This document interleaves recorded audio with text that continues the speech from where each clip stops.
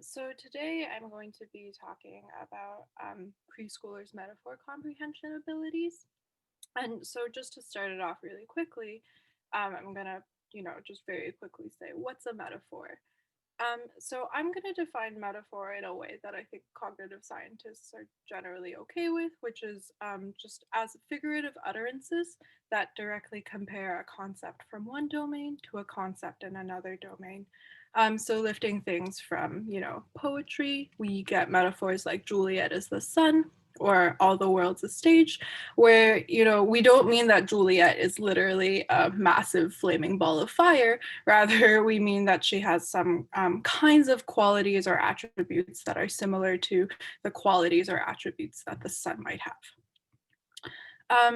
And these are kind of used interchangeably in the analogy literature sometimes, but metaphors are sort of related but distinct to similes, which also compare seemingly unrelated concepts, but do so literally. So if I were just to slot the word like into these utterances, so if I said Juliet is like the sun or all the world's like a stage, then it becomes literal rather than non-literal. So it becomes a simile rather than a metaphor.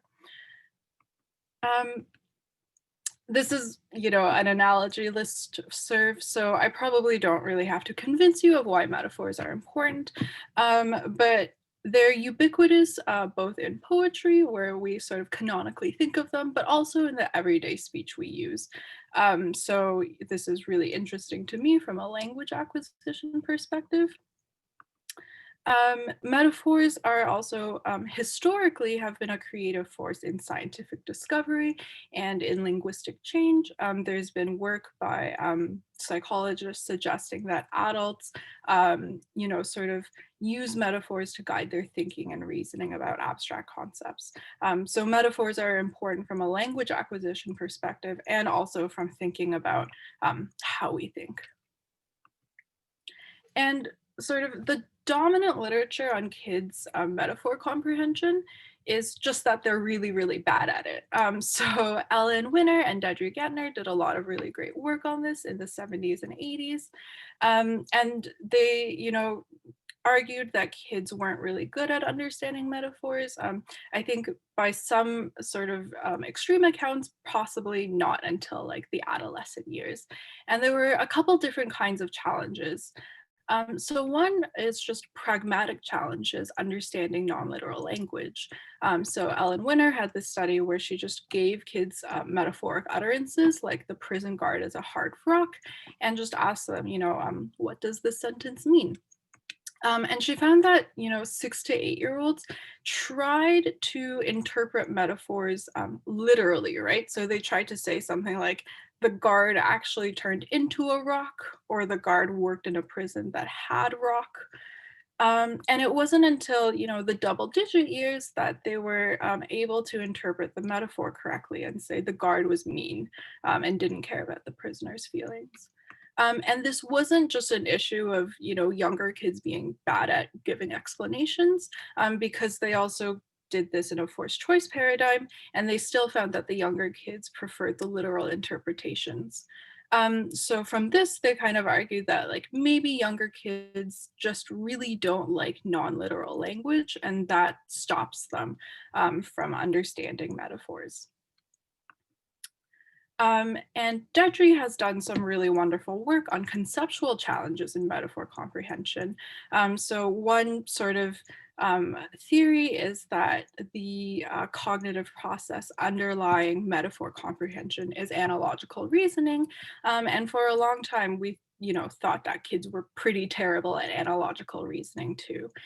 So in this study that Deirdre did in the 80s, she gave kids what she called relational metaphors, things that shared similar functions, and said, how is a cloud like a sponge?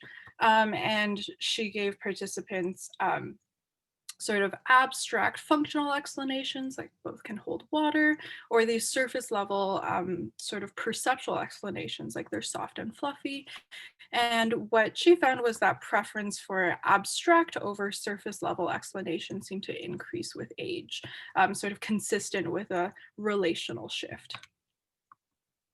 So sort of the dominant metaphor comprehension story was just always kind of that preschoolers don't really notice relations between objects. And when they do, they tend to notice or prefer these sort of arbitrary, superficial similarities. So, a preschooler who sees the moon might say it's more like cookies or tires or oranges because they're all circular, and perhaps fail to notice that moons are also like light bulbs or flashlights or candles because they share an abstract functional similarity of lighting things up. So, like I kind of said, the going theory was kind of poor analogical reasoning abilities in preschoolers also lead to poor metaphor comprehension abilities.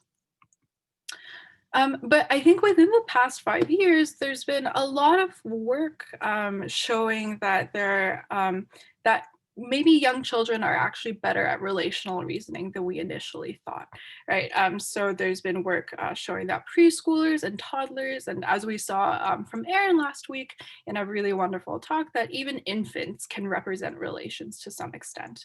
Um, and so, just to quickly review this large sort of emerging body of literature, there's been work by Allison and Karen Walker and others showing that, if you put these sorts of relational reasoning tasks into a causal paradigm, like a Blicket detector paradigm, then kids as young as 2 can represent that, same identity makes the Blicket go, whereas different identity doesn't make the Blicket go. Similarly, work by Dedry and some work by Jean Remy shows that preschoolers at some point around 4 or 5 years of age start to sort of spontaneously succeed at relational match to sample tasks where they have to match a sample card to a target card. So probably you guys are fairly familiar with this task, but here, what happens is the card on top is the same card, and then the kid has to figure out if they should match another same card to the target card or a different card. And by 4 or 5 years of age, kids start matching same to same spontaneously. Um, and sort of importantly for the purposes of the metaphor comprehension stuff, there has been some evidence that preschoolers are able to represent sameness for relations beyond just sort of perceptual identity. So in a modified relational match to sample task that I did, we found that kids could do a relational match to sample, but with same and different animals, so same or different kind membership or category membership, as well as just kind of like same and different identity. So this is interesting because it tells us that the sameness that kids represent isn't just things that look alike, but also abstract features like kind membership. Cool. So in the series of studies that I'm going to be talking about today, what I'm going to do is basically revisit the metaphor comprehension work and say, sort of, given the advances that we've seen in relational reasoning and just with our sort of new knowledge that kids are actually better at relational reasoning than we, initially thought, might they also be better at metaphor comprehension than we originally thought? And might they, perform better and understand metaphors better, given sort of more sensitive or different kinds of experimental paradigms. So in study 1, what we did is we had 4 and 5-year-olds, and we asked them on test trials to rate functional metaphors, which are metaphors based on functional similarities, and nonsense statements as smart or silly. And I'll show you what this looks like in a second. I should also just let you guys know that our N is so high because we ran 4 different conditions. We were kind of playing around with different things like giving them, certain kinds of training trials, like causal framing, or we ran metaphors versus similes where we just slotted in the word like. there was really no difference between any of the conditions. Kids performed, equally well, given training or no training, or given metaphors or similes. So the results are aggregated across conditions. So that kind of explains why our N is so high. And I'm happy to talk more in detail about the specific conditions in the Q&A. But for now, what I'll show you guys is what all 128 kids saw. So for these kids, we said in this game, we're gonna play with Annie's friend Meg. Meg's gonna say things, and we need your help figuring out whether what Meg says is smart or silly. And so we gave kids functional metaphors. So Meg says roofs are hats is what Meg said smart or silly. So this statement is supposed to be smart because these two objects are related to each other because they both kind of protect your head or keep you dry. Another example of a functional metaphor is Meg says chimneys are volcanoes is what Meg said smart or silly. Here the idea is that they're both kind of like outlets for smoke. And we were just kind of worried that kids would say that everything was smart. So we also threw in nonsense statements. So Meg says flags or phones is what Meg said smart or silly. This, I think, to most adults would have sort of no obvious similarity between these two concepts. Or something like giraffes or snowflakes is what Meg said smart or silly. So we gave kids 8 functional metaphors and 8 nonsense statements interspersed, and basically just kind of ask them for these absolute judgment ratings. And what we find from the entire sample of kids is that they do indeed rate metaphors as significantly smarter than nonsense statements. But what was really interesting was that on the last trial, we always made sure to give kids a metaphor, and then we would actually prompt them for an explanation, So we'd say something like, how are roofs hats? How are these two things alike? Or how are clouds sponges? Depending on what metaphor they got at the end. And when you ask preschoolers to give you free explanations, you usually don't really expect much from them. But we actually got really intelligible responses. So a quarter of kids, 33 kids, gave us functional explanations. They said things like roofs and hats both protect your head, or you see through a window, and that's why windows are like eyes. Another quarter of kids gave us perceptual explanations. So they're both fluffy, or sponges are soft like clouds. And then 50% of kids basically, they are still preschoolers who are terrible at explaining things. So half of the preschoolers did just say things like, I don't know, or something just completely random, like I have a tire swing at home. And so there was no age difference between the types of explainers. So it wasn't like, all of the old 5-year-olds were giving functional explanations and all of the young 4s were giving perceptual explanations. The age groups for each explanation group seemed fairly similar. And what we did was then we broke down test trial performance based on the kind of explanation they gave. And what we found was that the functional explainers were really the ones driving the success of the entire group.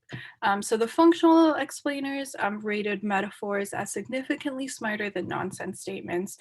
They were above chance at rating metaphors as significantly smart, also above chance as rating nonsense statements as significantly silly.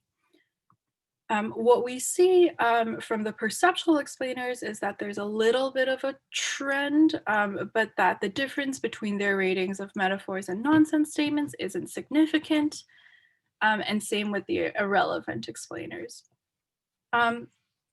We also ran this with adults just because I present this work at conferences, and researchers would come up to me and say, your task is really hard. So we also ran this paradigm with adults as a proof of concept. So adults do also rate sort of metaphors and similes as smart and nonsense statements as silly. But sort of overall to conclude from study one, what we find is that 4 and 5-year-olds distinguish between functional metaphors and nonsense statements. A quarter of the preschoolers were actually capable of providing sort of these rich and complex functional explanations. And it shows that even at 4 and 5, kids already have a competence with these kinds of abstract adult-like metaphors that hinge on really abstract similarities like functional similarities. Right, and never once did we actually tell these kids to pay attention to function. It seems like these preschoolers were actually capable of spontaneously noticing and representing functional similarities. Cool. So that was study one. That was kind of a promising start, but we still had some outstanding questions. In particular, we know that a quarter of preschoolers gave functional explanations, but we also wanted to ask, do the majority of preschoolers actually notice functional similarities between the objects in a functional metaphor? So in other words, are preschoolers interpreting these functional metaphors in the same way that adults do? Or are they making their, smart silly ratings on the basis of some other kind of reasoning? And then some of you might have noticed that sort of in the overall sample in study one, we do get a difference between preschoolers' performance or their ratings for metaphors and nonsense statements. But in the entire sample of 128 kids, preschoolers don't actually judge functional metaphors as significantly smart.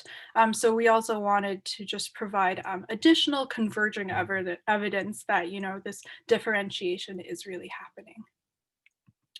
So in study two, I'm going to focus on this question of just, are kids actually interpreting functional metaphors by recognizing their functional similarities?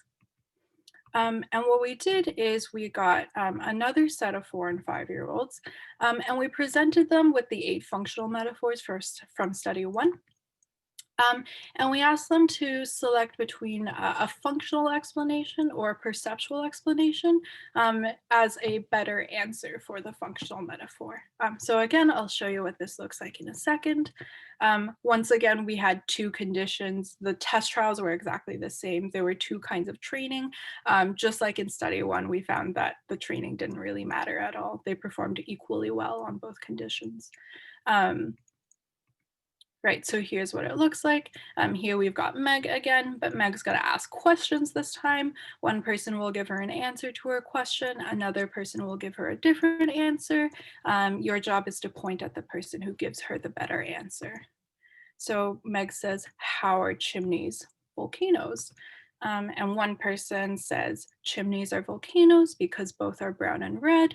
That's an example of a perceptual explanation. Someone else says chimneys are volcanoes because both have smoke coming out. That's sort of more of a functional or structural explanation. And then we say whose answer is better. And kids just have to select which person gave, I guess, the better explanation. Similarly, Meg says, how are clouds sponges? This person says clouds are sponges because both give water. That's a functional explanation. This person says clouds are sponges because both are fluffy. Whose answer is better? And so what we find is that in both conditions, kids significantly pick the functional explanation when choosing the functional metaphor, or sorry, when trying to choose how to interpret the functional metaphor. And this is the same data just mapped out more nicely. Here you can see the individual data points. And what we find is that not only are the kids on average selecting the functional explanations, but the range is from about chance level to always unanimously selecting the functional explanations. So there were no kids who preferred perceptual explanations for functional metaphors. They all seem to sort of sway in the direction of all preferring functional explanations for functional metaphors. So just to sum that up, we found that preschoolers prefer functional explanations for functional metaphors, which suggests that they're probably interpreting these metaphors in the same way that adults do, and not making, the basis of their choices an experiment one on something else. Um, Right. And then lastly, we just wanted to get more, stronger additional converging evidence that kids really do differentiate between functional metaphors and nonsense statements. So in study 3, we just had another group of 4 and 5-year-olds, and they participated in a dichotomous choice task where we sort of actively juxtaposed functional metaphors against nonsense statements. And again, we asked them for an explanation on the last trial. So here's what this looks like. Meg says, can you tell me something about windows? One person says windows are eyes. That's a functional metaphor. One person says windows are skirts. That's a nonsense statement. And then we just say whose answer is better. And let me, I can convince you with data, or I can convince you with a cute video of a kid. So I'm going to do that. Let's see if this is playing. Makes sense. Can you tell me something about fireworks? This person says fireworks are cups. This person says fireworks are ornaments. Whose answer is better? Well, fireworks are definitely not cups. Ornaments sound more better. Okay. Next says, can you tell me something about windows? This person says windows are eyes. This person says windows are skirts. Whose answer is better? You can see through windows. Eyes make more sense. Okay. You can't see through skirts. Next says, can you tell me something about tires? This person says tires are paintbrushes. This person says tires are shoes. Whose answer is better? Well, tires just move around the exact same way as shoes, but instead of walking, it's rolling. So I think shoes is more better because it does not paint like a paintbrush. Okay. Next says, can you tell me something about grasses? This person says grasses are snowflakes. This person says grasses are rugs. Whose answer is better? Rugs, because grass is just like a rug, but a pokey rug. Okay. Next says, can you tell me something about clouds? This person says clouds are sponges. This person says clouds are films. Whose answer is better? I think sponges, because they hold water in them, then they let it out when there's too much in it. Okay. Makes sense. Can you tell me something about chimneys? This person says chimneys are volcanoes. This person says chimneys are sunglasses. And it's better. Volcano, because chimney blows smoke instead of lava. Okay. Makes sense. Can you tell me something about poles? This person says poles are strawberries. This person says poles are bowls. Whose answer is better? Bowls, because they hold you, but instead of food, it's just water for people to play in.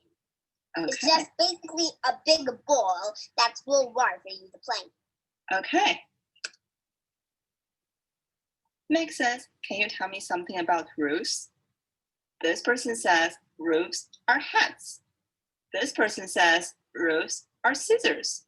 Whose answer is better? Hats are better because they go on top of a house just like it goes on top of a head. Okay, so can you tell me how are roofs like hats?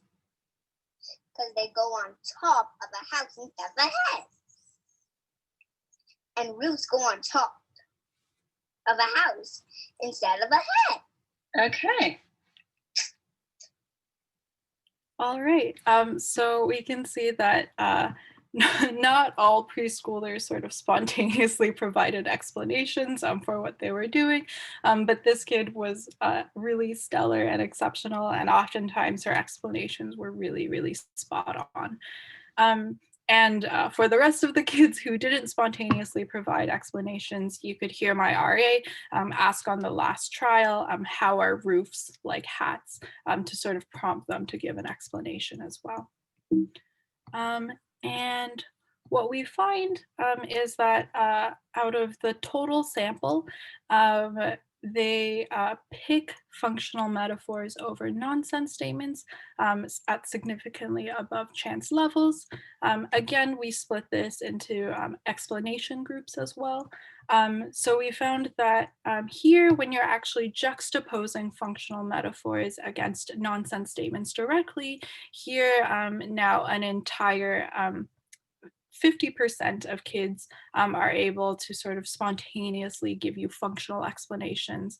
And these kids who are giving functional explanations are also the ones choosing functional metaphors over nonsense statements at above chance levels.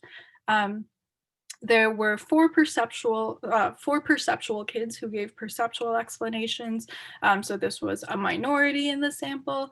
And it looks like they're picking functional metaphors, but again, because the N is so small, it's only 4 kids, their performance actually isn't significantly different from chance. And then we had 8 kids, so about a third of the sample give us irrelevant explanations, and we find that those kids are at chance. So what we find again is that similar to study 1, as a group, as an entire sample, preschoolers are differentiating between functional metaphors and nonsense statements. We also find that the kids who are giving functional explanations are really the ones driving this effect. Right, and once again, there was no age difference between the types of explainers. So it wasn't just the functional explainers were much older than the perceptual or irrelevant explainers. Cool. So to quickly summarize study 3, in a dichotomous choice task, 4 and 5-year-olds prefer functional metaphors over nonsense statements. Here, half of children were able to provide functional explanations. And like in study 1, the functional explainers are really the ones driving the success of the entire group. So to conclude, what this set of studies shows is that preschoolers are actually already capable of understanding metaphors based on similarities between really sort of abstract features like functions. So in study 1, we saw preschoolers rate functional metaphors as significantly smarter than nonsense statements.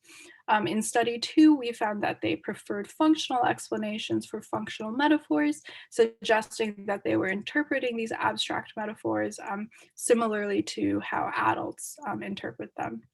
And in study 3, we find that they prefer functional metaphors over nonsense statements when these two kinds of utterances are sort of directly pitted against each other in a dichotomous choice task. And so kind of like I said at the beginning, I think this work is really important in just delineating when and how exactly kids become competent language users, given that metaphor is so ubiquitous in our speech. And also this kind of shows a really sophisticated relational reasoning at an early age.